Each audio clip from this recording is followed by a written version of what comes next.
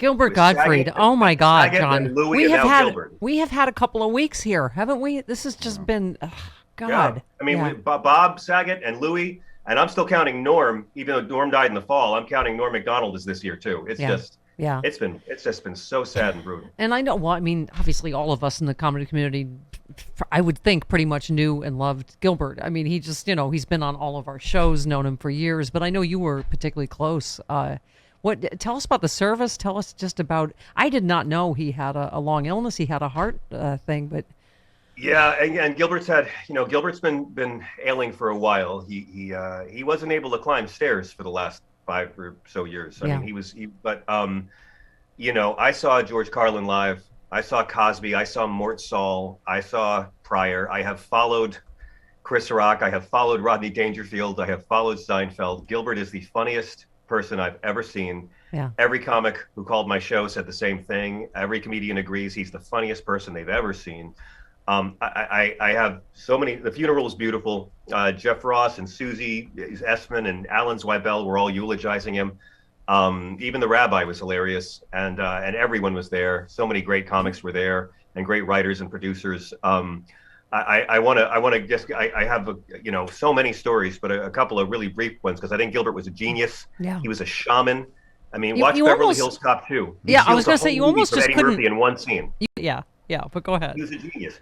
My child was speech delayed, and I can't tell this joke the way it really deserves. But Gilbert once asked me to do a fundraiser show for his kids' school, so I opened with this because I used to sneak downstairs when I was a child, when I was a teenager, to watch Gilbert when he'd be on Letterman's NBC show. Mm-hmm. Comics were on between 1:15 and 1:30 a.m., and I would literally, only for Gilbert, creep downstairs to watch close to the TV.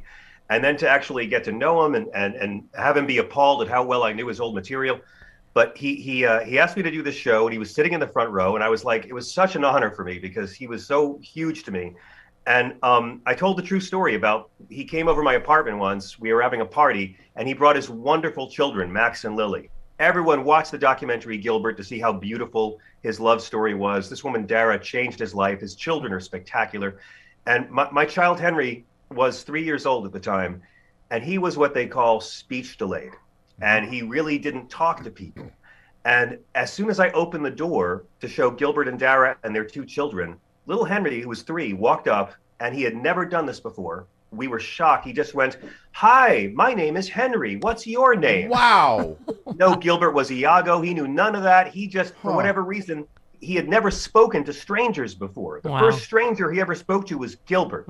And Gilbert just smiled at him, leaned down and said, "Hello, my name is," and then he said the C word. And Oh, no. Oh, God, that's funny. Oh, in my front of his kids, in front God. of my kid.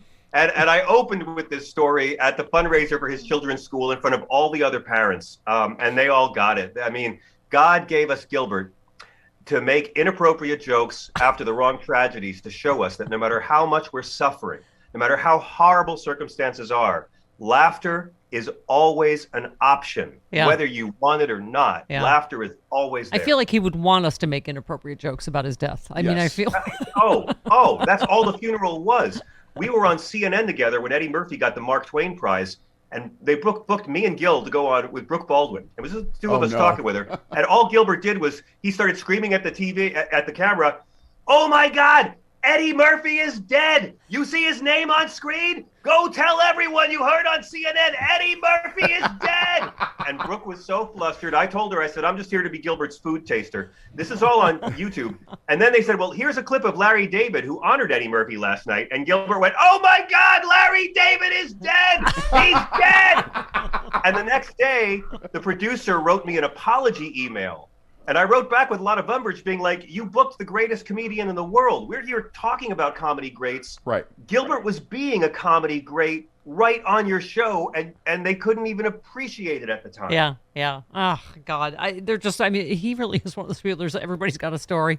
It's just a million of them. But John, you and I have been talking. I lost my dog, Jamie, unexpectedly. We lost Eric Bullard very unexpectedly.